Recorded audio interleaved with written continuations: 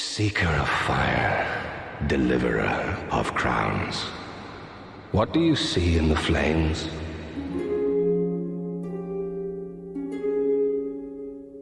I too sought fire once. With fire, they say, a true king can harness the curse. A lie, but I knew no better. One day fire will fade, and dark will become a curse. As flame rises, so does it fade. Such is the way of things.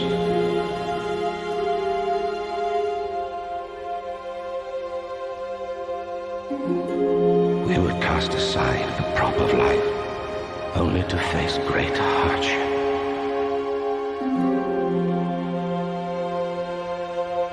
Are you another such fool, or something more?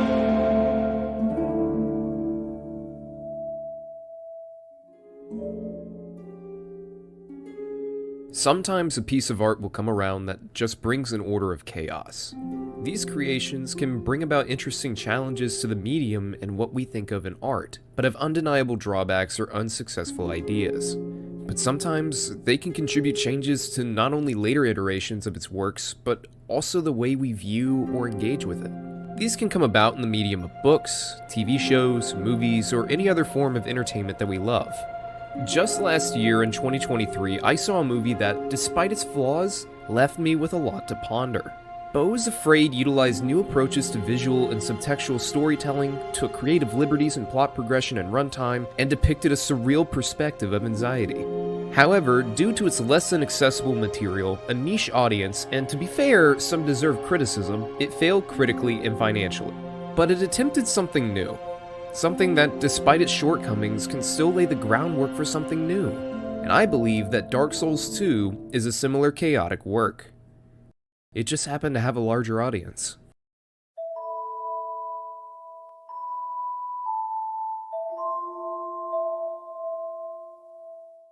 Following the success of Dark Souls 1, From Software announced Dark Souls 2 in 2012, set for release in 2014. However, Dark Souls director and heralded chosen child Hidetaka Miyazaki would only serve as a supervisor for the game, as he and his lead development team would work on Bloodborne.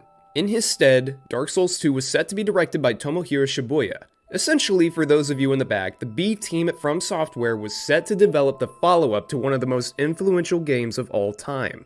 Oh, and of course they were subject to a rough development cycle, culminating with Shibuya leaving the project entirely, handing the reins over to Yui Tanimura. This led to previous areas and enemy assets needing to be used in a vision that they weren't even designed for. Yeah, a lot of stuff just kinda happened to this game. But despite these setbacks, Dark Souls 2 released in March of 2014 to general acclaim. Even though it wasn't regarded with the same respect and praise as Dark Souls 1, many still enjoyed the fresh approach to certain gameplay aspects, even if it retread a lot of the hallmarks from Dark Souls 1. Then, throughout the rest of 2014, 3 separate DLCs would be released to complete the final vision of the game. These were also received with general respect and acclaim. Seeing that Dark Souls 2 was fairly well regarded in the opening year of its release, and its DLC packages, why is there a general dislike towards the title these days? Well, you see, in 2013, a seismic pair of products were released into the market. Next-gen consoles. So in order to stay ahead of the curve and sell copies to the next-gen audience, From Software had to consolidate Dark Souls 2's content. With 3 DLCs added to the game, it made sense to release a title that streamlined them into one single-price experience that included everything that it had to offer. And thus, Scholar of the First Sin was born. And it might have sort of, I'll let this speak for itself. And fuck, it sucked! Here's why Dark Souls 2 sucks. This version was Scholar of the First Sin, and it was not nearly as enjoyable as the vanilla game for me. Dark Souls 2 freaking sucks! What the heck is this game? What were they thinking? Here are my 5 top reasons why this game sucks dick. But what if I told you that I'd rather drown myself with this wet rag than play this stupid game again? So yeah, the Soulsbourne community was not all that happy about Scholar. And I can hear you saying, okay, so what? If Scholar is not the actual Dark Souls 2, why conflate the criticism and dislike towards both titles? Well, as it happens, Scholar of the First Sin is both marketed and viewed by FromSoft itself as the definitive final version of Dark Souls 2. Whether we like it or not, Scholar is the official representation of this entry in the Dark Souls franchise. So with that said, it's important to share as a disclaimer that I will be discussing my playthrough of Scholar of the First Sin in this video. I have never played the original version of the game released in 2014, so I will not be holding a bias nor making any comparisons between the two. Additionally, I will be including my resume of Soulsbourne titles that I've completed up to this point, just to give you a little context about where I'm coming from. With that said, let's dive into what I think about Dark Souls 2, Scholar of the First Sin, and the criticisms and praise that I have for it. So where do I begin? Well, like any sequel, we gotta start with a good makeover.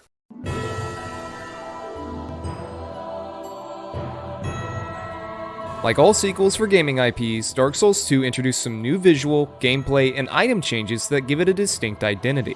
Graphical fidelity and visual flair are among the key benchmarks for the gaming industry's year-to-year improvements. It's like politics. It's not everything, and if you think about it, it's kinda stupid, but it's important. Art style is where it's at, baby. Off the bat, I gotta say that the graphics are great. Until they're not. This bipolar experience is due, in large part, to the new lighting engine that was incorporated into DS2 that really allows the game to shine in a lot of situations and shrink in others.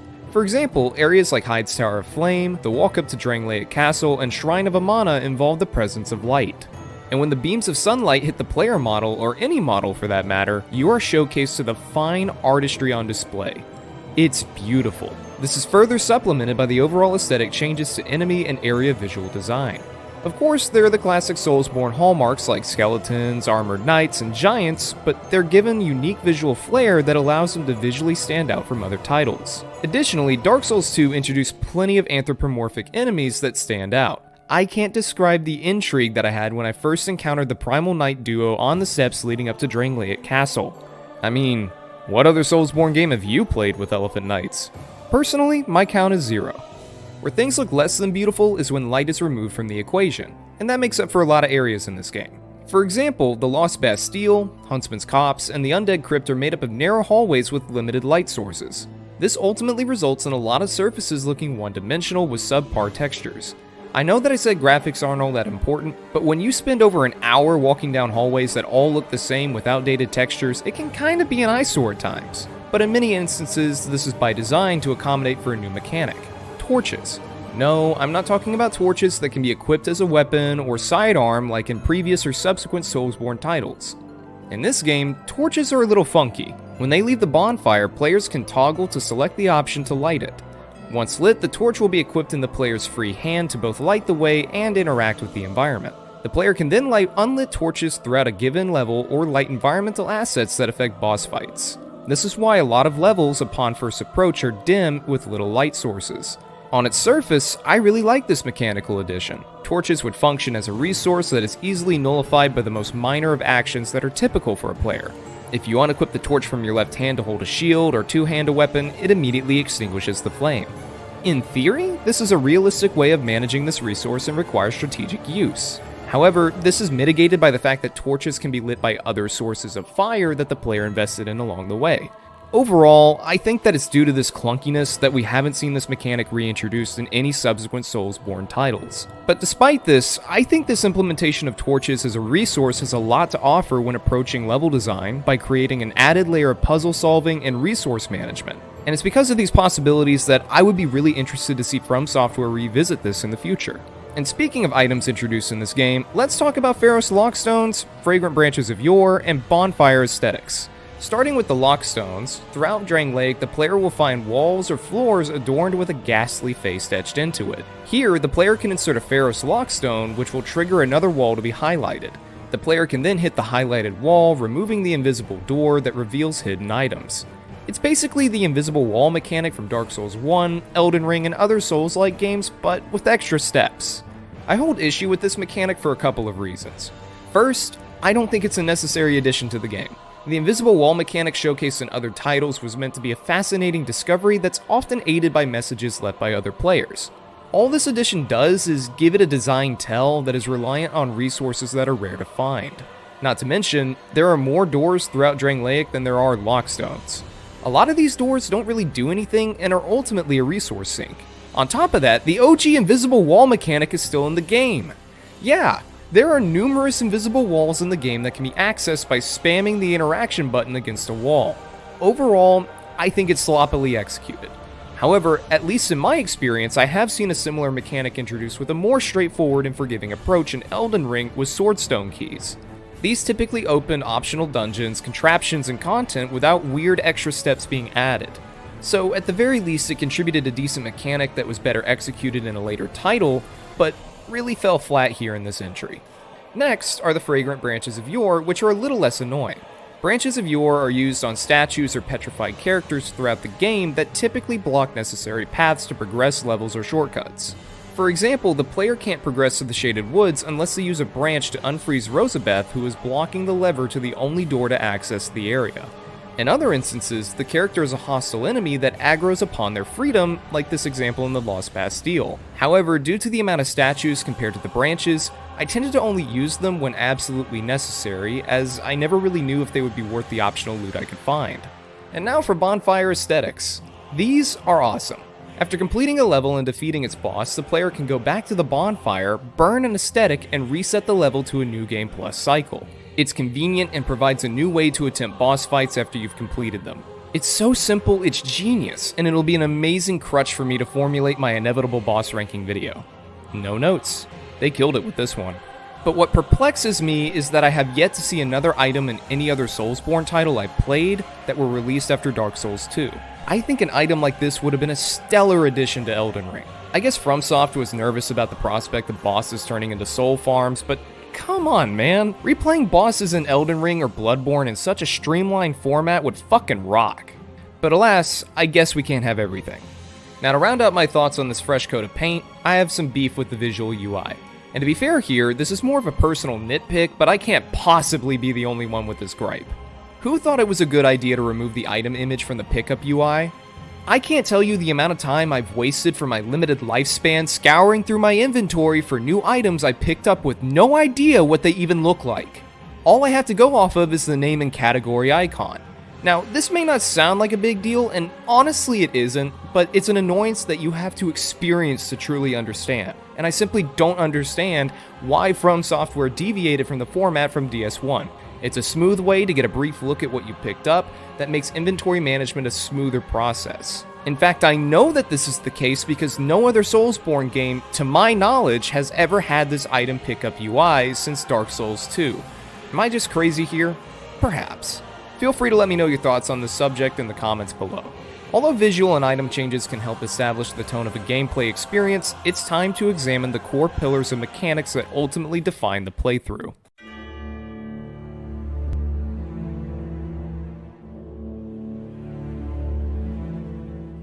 In my Dark Souls 1 retrospective, I spoke at length about a handful of foundations that helped define its combat and difficulty. Chief among them was the healing system. Healing systems in video games centered around combat are the main benchmark for the player's experience. The more punishing or lenient they are, the more punishing or lenient the game becomes. These systems ultimately define not only the gameplay loop, but also how the difficulty interacts with other mechanics. With this in mind, I praised Dark Souls 1's healing system as I felt that it appropriately scaled difficulty for the player to overcome challenges at their own pace. The player is given 5 Estus flasks that could heal a set amount of HP, which can be increased by burning humanity and replenished at bonfires that the player invested in. Additionally, Bonfire Keeper souls can be traded for increased HP restoration with each flask use. It's perfect. By contrast, the healing system in Dark Souls 2 is a departure from this formula. To start the game, the player is only given access to life gems, an item that restores a set amount of HP over a given time frame. And these little guys are everywhere. Item drop locations, chests, and enemy corpses provide a steady stream of life gems for the player to use, even if they're nowhere near a strategic location to replenish a health resource. Honestly, not a bad little supplement for early game health reserves. After progressing through the first real area within Drangleic, the player will likely discover their first Estus shard. It is with this that the player can approach the Emerald Herald, an NPC that the player can visit in Majula to level up and trade this shard for, drumroll please, 1 Estus flask.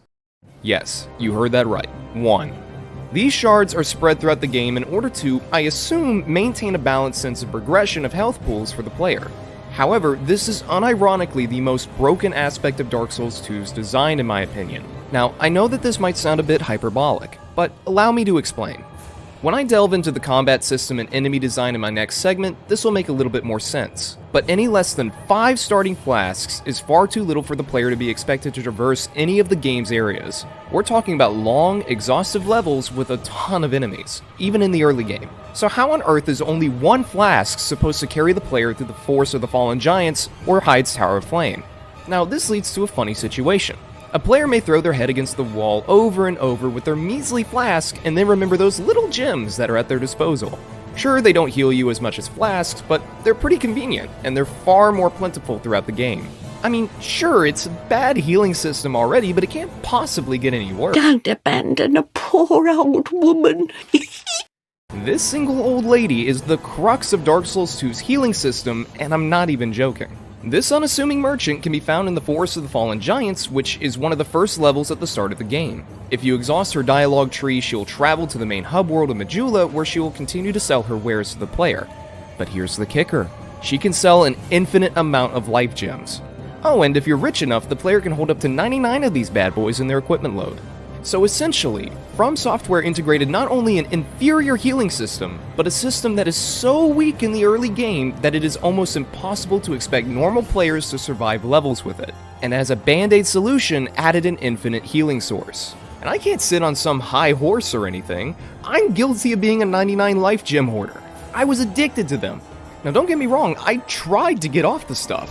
I actively looked for Estus shards as I played the game. But you want to know how many flasks I ended my playthrough with? 5. 5 flasks. The kicker here is that the player can have up to 12 by the end of the game. I was genuinely shocked that Estus flasks received as little prioritization as they did. Now to be fair, I never looked up where to find shards on the internet, so maybe that one's on me. But let's be honest here, guys. If a player can go an entire playthrough and naturally only find 5 flasks by the end, that is a problem. I went through a shit ton of side content, chests, occasional lockstones, and paths in the levels and only ended up with 5 shards. And upon review, a vast majority of the remaining shards were indeed behind doors of Pharos. But the limited number of lockstones reinforces the notion that it is incredibly risky to search for these shards. It felt like the game was intentionally discouraging me from investing in and using my flasks. This is an unsustainable model for a healing system, and I think From Software's development team knew this and made life gems more readily available as a solution. But even if the player were to have 12 flasks on their person, let's be honest, life gems are simply a superior healing choice. Granted, they restore health slowly over time, but if you stack multiple uses on top of one another, this not only increases the amount of health that is recovered per second, but it also permits the player to make more mistakes. Well, how so? Well, let's take a hypothetical combat encounter. The player is fighting a mob of knights, but before approaching, the player consumes 2 life gems. They enter combat and receive a couple of hits. Well, essentially, the health is recovered incredibly quickly without having to disengage from the fight or earn a healing opportunity. If a player's smart, they can nullify future damage without earning it like one can in Bloodborne with the rally mechanic. But what do I mean by earning a healing window? Well, there's an ebb and flow in combat when it comes to Estus flasks that requires players to time their healing windows strategically as they cannot move while using them, leaving them exposed. So it's incredibly important to make distance or identify lulls in combat and take advantage of the opportunity. This level of finesse is simply discouraged in this game as life gems can be used while moving. Yeah, you heard that right. This system is just straight up broken. Again, it's a tale of 2 extremes. If the player relies on the core healing system of flasks, the game is incredibly punishing. If the player maximizes their access to life gems, many areas and encounters can become quite trivial. But despite my criticism of life gems and the context that necessitates their inclusion, there is clearly some value in them, seeing that they served as a blueprint for Bloodborne's healing system with blood vials. These items can be looted from enemy corpses and purchased from a hub world vendor, but the player can only carry up to 20 vials at a time, or up to 24 with in-game buffs. This worked because it was further supplemented by the rally mechanic, which relied on the player's conformity to an aggressive playstyle and weren't as cheap as life gems are in DS2. Alright, I think I've made my point quite clear here about the healing system's flaws and how I think they are fundamentally unsound, so we'll go ahead and move on to another unstable foundation of Dark Souls 2's gameplay. If you've ever played any RPG, you understand how important a good leveling system is. If it's broken, the player can either become incredibly over or underpowered, leading to an unsatisfying playthrough. Unfortunately, I feel that DS2's leveling system suffers a little bit here, but not intuitively. Those of you who are familiar with my gameplay know that I'm a simple kind of guy. I like leveling up nothing but health, stamina, and strength and giving enemies a good bonk on the noggin with greatswords. In my Soulsbourne playthroughs, excluding Elden Ring, I finished the game somewhere around level 70 or 80 with a solid distribution in the previously mentioned stats. However, this is in stark contrast to how I finished DS2. I ended the game at level 173. This is largely due to levels being much cheaper in this game, which can pad a ton of stats into your character. However, there is one controversial stat that not only pads your leveling scale further, but if you want to have a pleasant experience as a melee player, it is an absolute necessity. Adaptability. What is adaptability? Well, that's the thing. No one really knows the full extent of what adaptability is. In some instances, it increases the speed that the player character uses items like flasks, bows, and switches, but there's one game-altering aspect of gameplay that adaptability impacts: iframes. What are iframes? Well, iframes or invincibility frames are frames within a game's animation that a character model is temporarily invincible to attack damage. Now, this may sound broken, but in reality it's the mechanic that makes rolling and dodging through attacks work. If a boss swings their sword for an attack animation that lasts for, let's say 15 frames, a roll that provides 15 frames of invincibility is necessary to avoid damage. Now, in previous and subsequent Soulsbourne titles, iframes are purely associated with the player character's equipment load. If the player is in a light equipment load, each dodge will have the maximum amount of iframes to take advantage of. If you have a heavier equipment load, the player will have the least. Pretty straightforward. It's fair, and it's a simple way to design boss fights and enemy attacks in order to be fair to the player. However, adaptability is literally a stat that increases a player's iframes when rolling. And it's not like this is some simple buff and the baseline iframes are sufficient. No. Without upgrading adaptability, the player with a light equipment load gets 8 iframes. For reference, players with heavy equipment loads in Dark Souls 1 have 9. This is straight up bullshit. This is a stat that, without any hyperbole, is necessary for a functional gameplay experience as a melee build. This leads to the player investing in what's essentially an agility stat before they can properly invest in their build. The flaw in this design choice is only further exposed when you consider how the design process for boss fights would need to be accommodated for its inclusion. Think about it. How do you determine fair animations for iframes when this aspect will widely vary from player to player? How can a boss be properly balanced to attack one player that has 16 iframes versus, potentially, a player with 8? You just can't. And this problem only further compounds on itself as you progress through the game. Adaptability is fundamentally an unstable foundation that the developers of DS2 built their entire combat system around. And speaking of combat,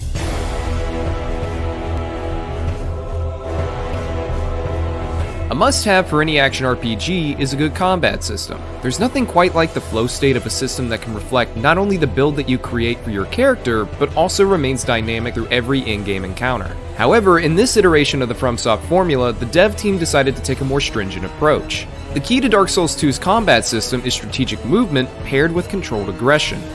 I'm serious. This may sound simple on its surface, but trust me when I say that this system has some interesting intricacies based on that philosophy.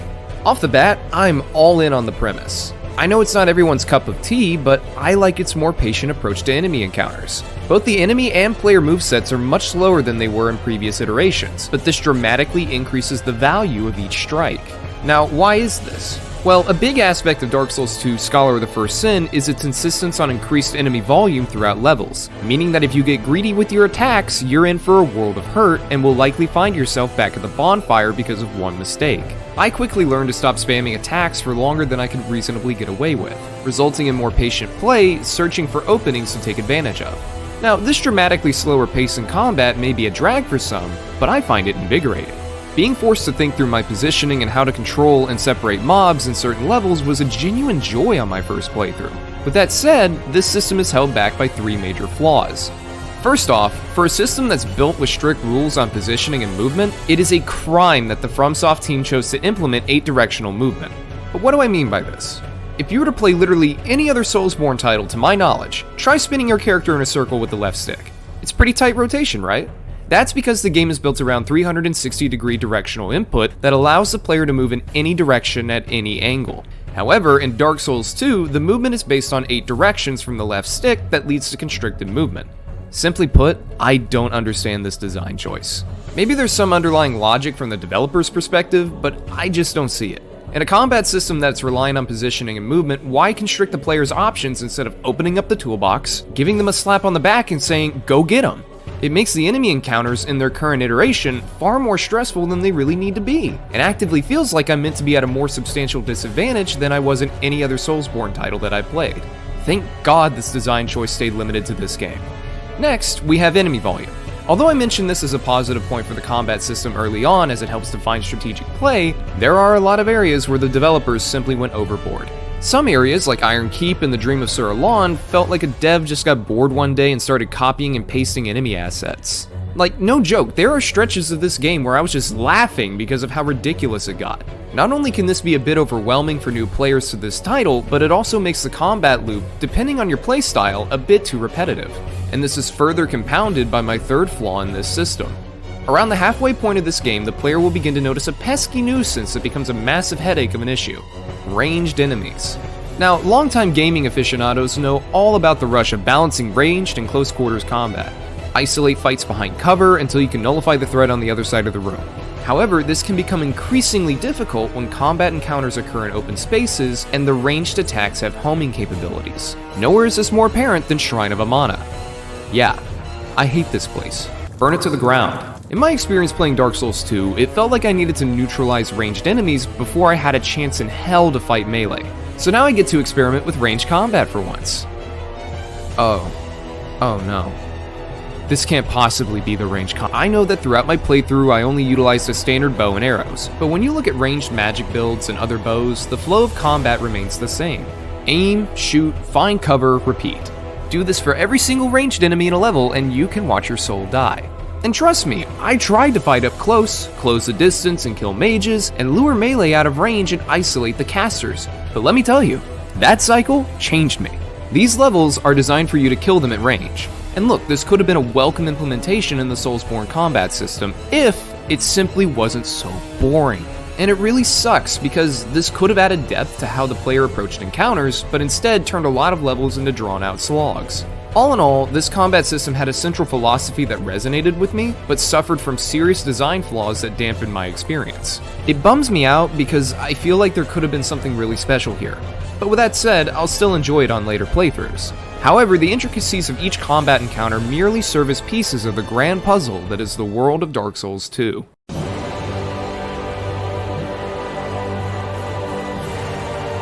A core staple of any Soulsbourne title is its world design. From the rich, overlapping depth of Dark Souls 1 to the sprawling open world of Elden Ring, these games have a flavor for every fancy. However, as the follow-up to Dark Souls 1, which I consider to have the best world design of any game that I have ever played, how does Dark Souls 2 stack up? Well, like the world design itself, that's a complicated question. The FromSoft B team certainly swung for the fences in pure volume, with Drangleic being home to over 36 unique areas, and that's not even including the areas added from the DLCs. Now to be fair, a lot of these areas are extensions of broader levels and short memories, but the sentiment is all the same. Dark Souls 2 is a massive game, and I love that. It truly feels like you are exploring an entire kingdom. But how do these areas complement each other, the progression of the game, and the player experience? Well, for starters, the world poses an interesting choice for the player after completing the tutorial area and making their way to the new hub world, Majula. Here, the player can choose to go through one of two starting areas. If straightforward progression is your fancy, the Forest of the Fallen Giants is the way to go. But if you're a Soulsbourne vet or simply a masochist, Hyde's Tower of Flame offers a satisfying challenge with beefy multi-enemy fights. This is a chef's kiss start to the game. Freedom of choice, baby. Each of these levels ultimately takes you to the Lost Bastille with a couple of pit stops along the way. Here, you will likely face your first old one of 4 boss fights that the player must beat in order to progress to the second half of the base game. However, this is where my problems with the world design begin to take shape. If I were to describe Dark Souls 2's base world design, it would be a series of linear area strings that lead to dead ends marked by either a primal bonfire or just straight up dead zones. Once you complete an area, this particular bonfire sends the player back to Majula to find the next linear series of areas to progress the game. Along the way, some areas like the Shaded Woods serve as nodes that connect to more linear area strings, but these are almost always blocked off until the endgame. Wash, rinse, repeat, and you can begin to notice a recurring issue. This type of world design is simply inferior to Dark Souls 1 in my opinion. In that game, multiple areas link to others vertically. Yes, progression in levels appears to be linear, but the process of accessing them is connected and dynamic. If you're feeling gutsy, you can go straight to Lost Izalith from Firelink Shrine as soon as you leave the tutorial area.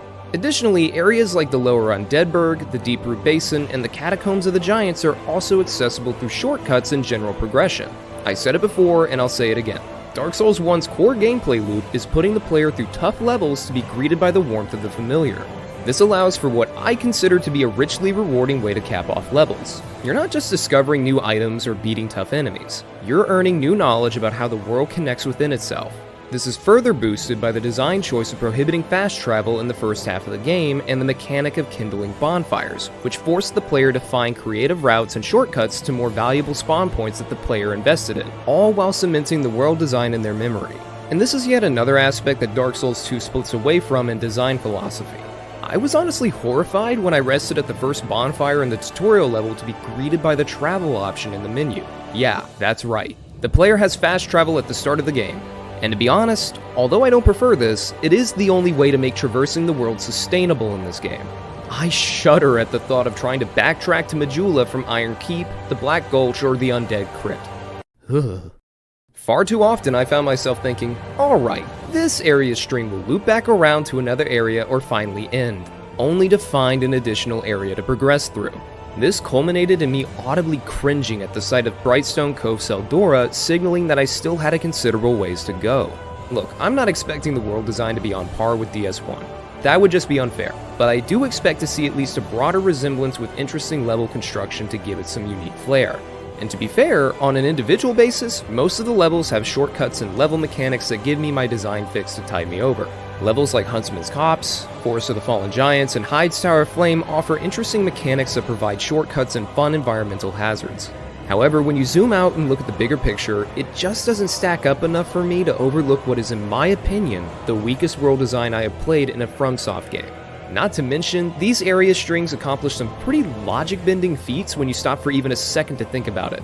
The most flagrant of which being when you complete Earthen Peak and progress to the Iron Keep. Look, I know this is kind of a dead horse, but please, humor me, alright? Allow me to set the stage for you. You just traversed through Harvest Valley and defeated Baneful Queen Mytha at the top of the Earthen Peak, a massive tower. Take a good look at this image. You are presumably here. Now you enter an elevator to go up to a volcano where the Iron Keep is located. I want to know how this is possible. Look, I get it, it's a game and it's not like progressing through Blight Town to the Demon Ruins was all that subtle of a transition, but it logically made sense as you traverse down and the broader geography doesn't immediately disprove or shatter your immersion. Here though, I legitimately put my controller down to ponder what the hell just transpired. It doesn't affect gameplay, nor does it interfere with the general progression of this area string, but it was such a stark break in logic that it genuinely bewildered me. Oh, and on the topic of Iron Keep, let's talk about Primal Bonfires. Remember those? To cap off Iron Keep and the Black Gulch, Primal Bonfires are accompanied by Shrines of Winter that teleport players to doors that open to the Crown of the Old Iron King and Crown of the Sunken King DLCs. However, these doors do not allow the player to access them unless they've acquired one of two items that act as keys. Now, to the viewers in the audience that aren't familiar with Scholar of the First Sin, this doesn't appear to be that much of a problem. Why? You can just acquire the items and then fast travel back to the shrine via the bonfires. Oh dear viewer, how I wish I could share your blissful ignorance. Primal bonfires are not listed as fast travel locations for the player at other bonfires. This becomes a headache of an issue when you attempt to access the DLC, discover that you don't have the right item to access it, travel to acquire it, and then traverse an entire level to access it again. Oh, right. And one of those levels happens to be Iron Keep, one of the most infamously tedious and enemy-spammed levels in From Software's history. Getting to the DLC is no longer a fun process or a discovery. It's a fucking chore. Thankfully, all three DLCs are significant improvements in world design. Each of these DLCs are contained to one broad area that is divided into sub-regions and levels that are accompanied by shortcuts and interesting environmental obstacles. For example, my favorite DLC, The Crown of the Old Iron King, is set in Broom Tower, a massive edifice that has the players start from the top and fight their way down to the bottom with a series of elevators, shortcuts, and branching side areas for items and boss fights. Is it still fairly straightforward? Sure, but it's executed with more From Software staples and interesting content so you don't really notice. In the DLCs, I often found myself backtracking to areas I had just passed through to find new routes and paths to explore. This is good level design. This is bad level design. You catch my drift? So yeah, I had a lot of negative things to say about Dark Souls 2's world design. It still has its merits when it earns them, but overall leaves a lot to be desired. That said, it's important to note that such world design philosophy can be seen as the foundation for my favorite Soulsbourne game, Bloodborne, which had similar area string construction paired with early game fast travel. However, levels in Bloodborne were designed around having limited lamp locations by integrating more shortcuts and shorter area strings. Additionally, the presence of area nodes that lead to other area strings were integrated in more vertical formats that rewarded exploration and observant players. If anything, Dark Souls 2 offered a design philosophy that was built upon to make something excellent. It was just fairly underdeveloped. But despite the construction of Drangleic being a substantive downgrade in my opinion, it serves as the home of an onslaught of challenges that test the player's skill.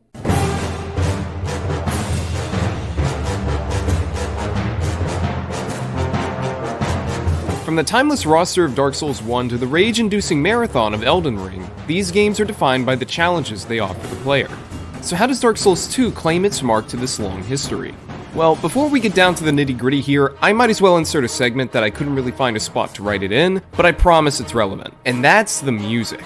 The musical composers delivered such a vast array of musical tones in the game that elevate almost all of these fights, regardless of their individual mechanical quality. Like, some of these songs just have no right being this good. I mean, just listen to this heat.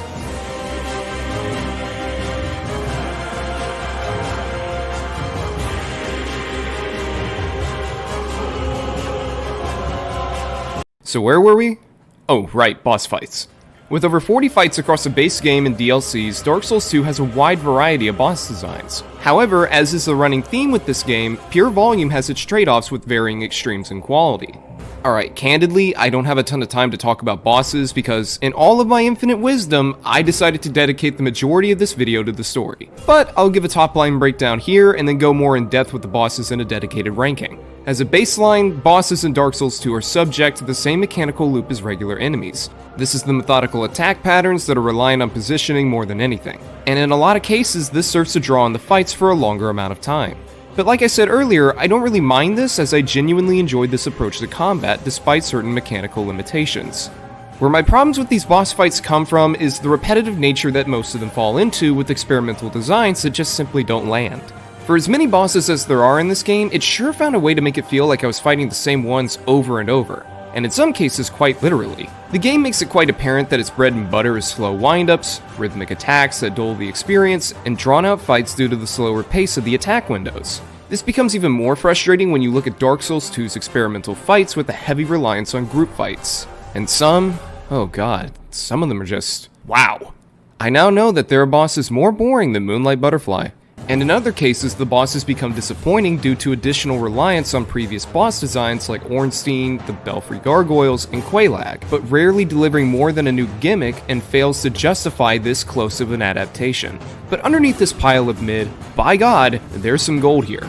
Fights like Velstadt, Fume Knight, and Sin the Slumbering Dragon are bosses more on par with modern designs that really stood out in this game. Genuinely, these bosses were pushing positioning and timing design to its limits within its current system.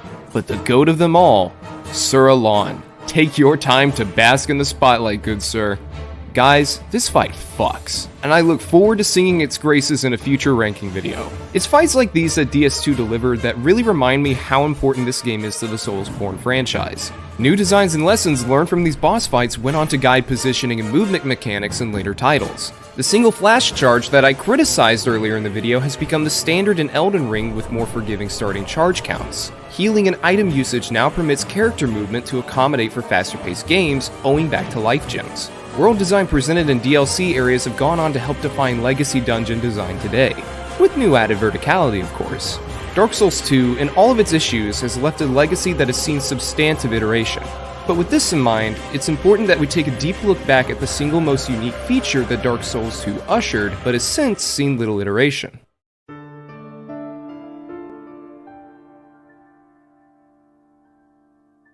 I know that I've been pretty critical of Dark Souls 2 so far, and for good reason. There are a lot of mechanical and design oversights that hold back key aspects of the game. However, when I reflect on my in-game experience, I can't help but feel like it's greater than the sum of its parts. No matter how much I dislike the healing system or find annoyance with its movement mechanics, I still view the game positively, and it took me a while to understand why. That is, until I reflected on my experience with Beau is Afraid and why I similarly hold that film in such high regard despite its subpar components. And for both cases, it comes down to their transformative stories and raw humanity that they portray. I'm gonna be transparent. Of the games that I have played in the Dark Souls trilogy, this is my favorite story so far. It expands and reinforces many of the first game's themes while asking questions that may not have appeared obvious at first. What follows is my interpretation of the story from my playthrough and what I've gathered.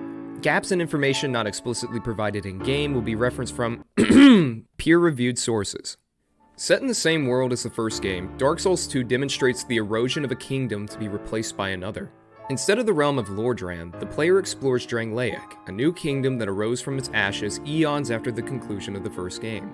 However, despite its new hierarchy, inhabitants, and systems, this world finds itself subject to the same curses and cycles that afflicted its predecessor. The world of Dark Souls is predicated on the First Flame, a revelation that benefited lords and gods in the previous game. With fire came light, which brought prosperity to an elite few.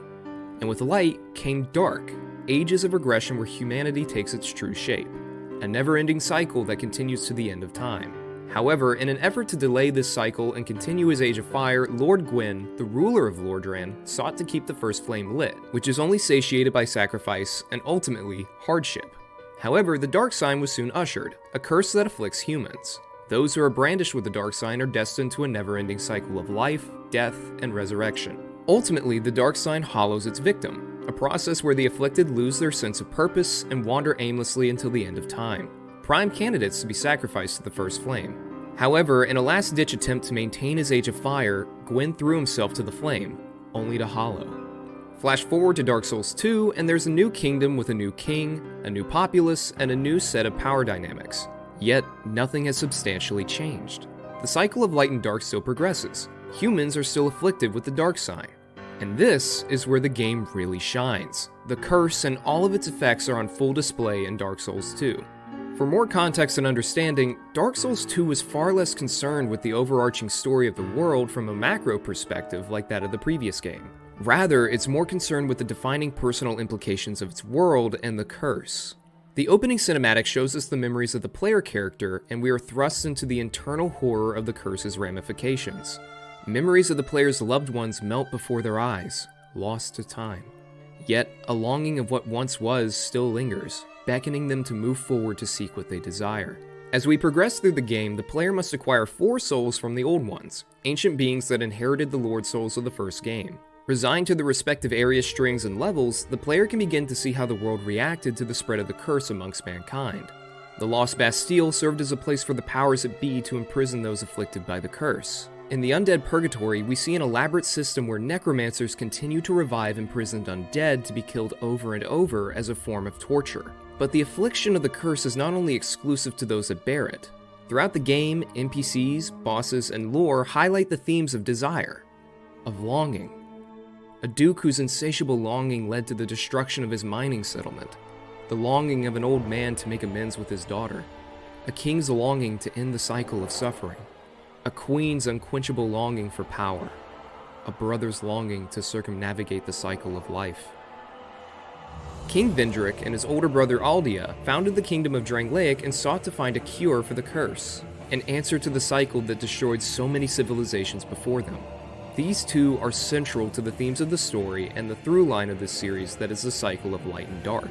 Vendrick, at the behest of his queen Nashandra, sought the throne of Want, a seat that once sat upon grants its user vision of their greatest desire. For Vendrick, this was to break the cycle, to burn his bright soul to guide a steady age of light. But in order to acquire the throne, blood must be spilt. It's been speculated that the Throne of Want was once a possession of the Giants, a race of beings that Vendrick conquered long ago. This is further supported by the fact that one must gain kinship with the Giants before they can sit upon the throne. With the throne and giant souls in hand, Vendrick created the Golems to construct Drangleic Castle, both to celebrate his victory, but also to commemorate his love for his queen. Now he could finally assert himself as a true monarch and bring about an end to the cycle.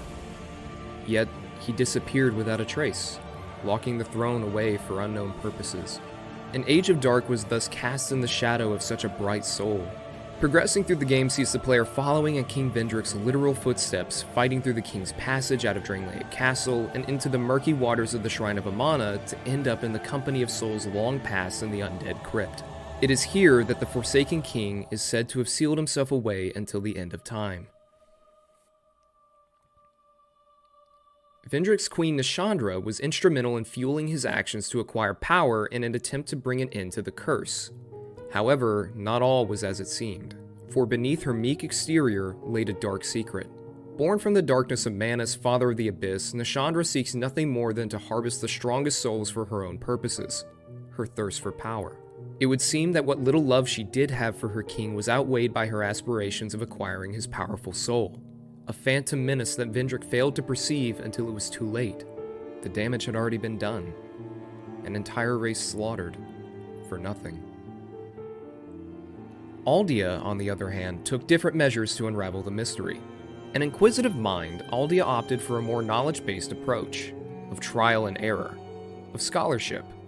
Of experimentation. His unfortunate subjects found themselves grafted into unspeakable horrors, cheap imitations of creatures long forgotten. But ultimately, this accomplished little. That is, until he reveled in the discoveries of the undead, the Dark Soul.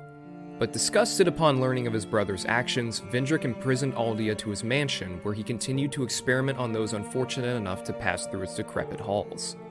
Eventually, the madman made a breakthrough. Aldia harbored a hatred for the lords of old, such as Lord Gwyn for committing what he considered to be the first sin that ushered the cycle into being. However, by turning to the evolving questions that the Dark Soul poses, Aldia aimed to become part of the cycle of light and dark itself in order to end the curse and deliver mankind its promised paradise. He purged himself of his literal and metaphorical humanity to become a literal part of the flame by fusing his soul with the first flame. His figure disformed into a motley of flame and roots forever tied to the fire. He's no longer human, and is thus no longer subject to the tribulations that come with being one. He is, essentially, a god bound to the cycle of flame. Yet, the cycle still persists, for in this state, Aldia discovered the horrifying truth. He is utterly powerless. There is no cure to the curse. There is no end to the cycle. The flame will ultimately die out, ushering in another age of dark, only to prime a future age of rekindling. The curse will continue to persist. Aldia gave up, quite literally, everything that a person could. His humanity, his relationship with his brother, his attachment to the mortal plane. And what does he have to show for it? Nothing. Only the twisted privilege of being a passive observer of a cycle whose inception he had no say in. For the limitless time he has to learn of the cycle, its origins, and its previous actors, it is only fitting that he bears the game's title, the Scholar of the First Sin. But does he truly have the understanding of the first sin that he thinks he does? Sometimes, no matter how mired a piece of art may be in its flaws, it only needs to deliver a single moment of lasting impact. Don't get me wrong, Beau is Afraid executed multiple moments that have stuck with me, like the anxiety of the convenience store scene, the surreal sense of longing in the theater, and the terror of Beau's confrontation with Tony. God, I never knew a bucket of paint could scar me like that. If you know, you know. But the moment that I connected with the most was from its last scene. If you haven't seen Beau is Afraid and want to avoid spoilers, please skip to this timestamp. I know it's 3 hours long and full of some inaccessible material, but if you want to experience this scene to its fullest effect, I suggest that you watch it in its entirety. Following the harrowing journey to attend his mother's funeral, Beau boards a boat on a lake, free from the shackles of control and anxiety that his mother had instilled in him. All that surrounds him are the stars with their limitless possibilities, and the dark open water below that he now seamlessly glides over with newfound freedom. He can make any decision he wants now. He can set sail to whatever destination he so chooses. Yet, the path he does choose leads him to a massive coliseum. Bombarded by glaring lights, judgmental stares of an audience, and his mother seemingly resurrected from the dead, Beau is put on a spiritual trial of Kafka-esque proportions. The perception of his actions in response to his anxieties are put on full display for the world to scrutinize, all while his mother watches over in disapproval, despite being the one that groomed those anxieties to begin with. No matter how much Beau pleads for mercy, there's none to be had. Whether it's his mother, the world, or his own subconscious that refuses to forgive him of his actions and anxieties, the through line remains the same. No matter what freedom he gained, Bo will always be scrutinized.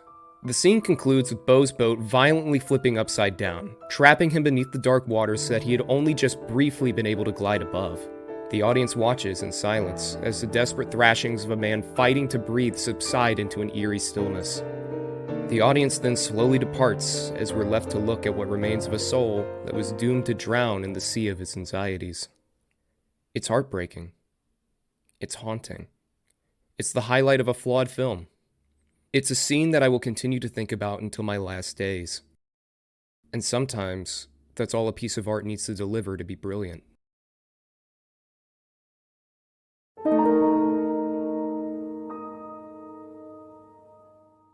I don't mean it lightly when I say that discovering King Vendrick in the Undead Crypt elicited the most gut-wrenching reaction I have ever experienced in a From Software game. I know that this may seem a bit odd for some. After all, this might initially come off as a carbon copy character arc of Lord Gwyn, who we also encounter in a hollowed state. However, I believe that this reveal takes the previous trope and expands on it by adding new layers to this arc in a way that's not only thought-provoking, but ultimately, more human. When we encounter Vendrick, it is far more pathetic. Upon your approach, he doesn't antagonize the player, almost unaware of their presence. Ashamed, he stripped himself of his armor, down to the most vulnerable we've seen a monarch in the Dark Souls series up to this point. What mere vestiges of Vendrick that still remain are his slow and frankly simple attack patterns. He finally succumbed to the curse that he had so desperately tried to avoid. Ironically, like his brother, he's now a powerless vessel in a sea that will continue to churn and rage onto eternity and consume him. A once profoundly bright soul, snuffed out by a fall from grace. After all, the cycle of such light would be only accompanied by the most somber of darkness, no? Yet, a faint light still twinkles above his armor. Not only is Vendrick's depiction in Dark Souls 2 more heartbreaking, but it offers us a perspective that Dark Souls 1 didn't. We hear the lamentations of a fallen monarch, a man with such potential, a brilliant flame that committed genocidal atrocities in search of answers, only to learn that there were none to be had. In fact, his actions were merely the result of his queen's manipulation. Upon seeing Xander's deception for what it was, Vendrick sealed himself away in the Undead Crypt, determined to not let her covet his powerful soul. Now, as we have just witnessed, he had devolved into a mindless creature in this cruel cycle of light and dark. However, in his memory, he imparts wisdom to the player of his mistakes, and challenges them to face adversity to take the throne, and perhaps seize their own fate. If you complete the DLCs and acquire Vendrick's crown, he bestows the only thing he has left to give, his blessing. One day fire will fade, and dark will become a curse. Men will be free from death, left to wander eternally. Dark will again be ours, and in our true shape, we can bury the false legends of yore. Only, is this our only choice? Seeker of fire, coveter of the throne. Seek strength.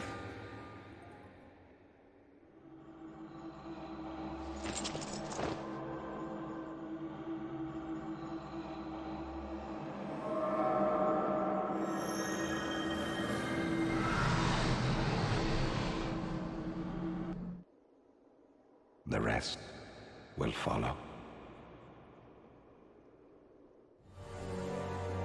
As the player approaches the throne, they are greeted by Vendrick's last remaining line of defense, the Throne Watcher and Throne Defender. Although they might appear like an intimidating duo, they are merely but a footnote in our journey through the game. It's time to lay them to rest.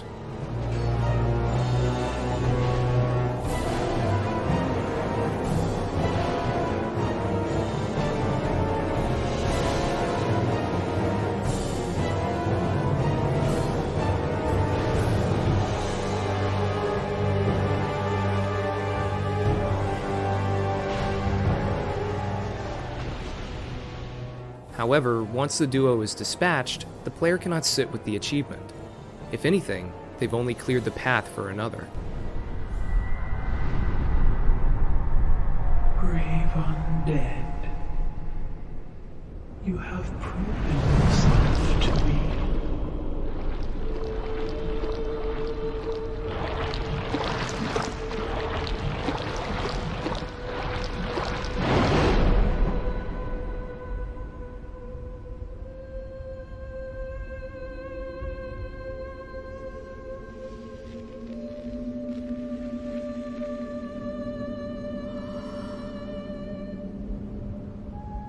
Now, be one.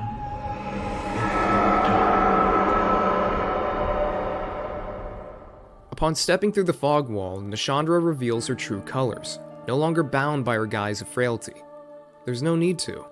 You've already proven that you are worthy of the throne and possess a most powerful soul, a fine addition to be used for her machinations once she's seated upon the throne.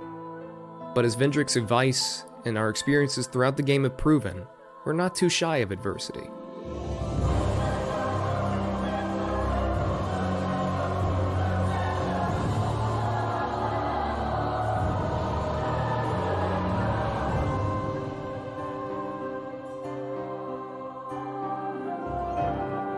The Queen is vanquished. Darkness has been quelled for the time being.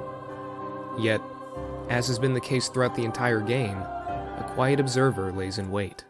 Many monarchs have come and gone. One drowned in poison, another succumbed to flame. Still another slumbers in a realm of ice. Not one of them stood here, as you do now. You, conqueror of adversities. Give us your answer.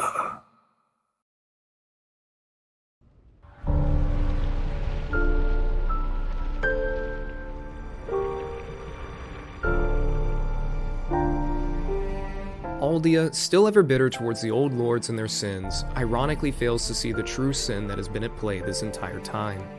Was it the kindling of the flame that first began the cycle? Or was it the deep-seated desire that lies within all of us? I counter it with this. The true first sin was sacrifice. Throughout this series, we see characters sacrifice everything in the pursuit of their desires. Gwyn sacrificed himself and the undead to keep his age of fire. Seath the Maidenless sacrificed his own kind to seek immortality. The Witch of Izalith unknowingly sacrificed the fates of her own children to create a flame of her own. Vendrick sacrificed his sanity, his alignment to providing good by committing a genocide as a means to find a cure for the curse. Nashandra sacrificed her king's unwavering love in a quest for power. And Aldia? He sacrificed everything for an answer that simply didn't exist. Whether as a test or some sort of sick joke, Aldia incites a final confrontation with the player. When defeated, Aldia doesn't die. He's immortal and tied to the cycle after all. There's no real purpose for stopping the player from acquiring the throne, for, as he's rightfully concluded, it doesn't matter. No matter what the player chooses, the cycle will repeat itself. The more I ask myself if there's any meaning to his madness, the more apparent the answer becomes. There isn't. It's absurd. What a fitting final lesson for the doomed scholar. But does that fact even matter?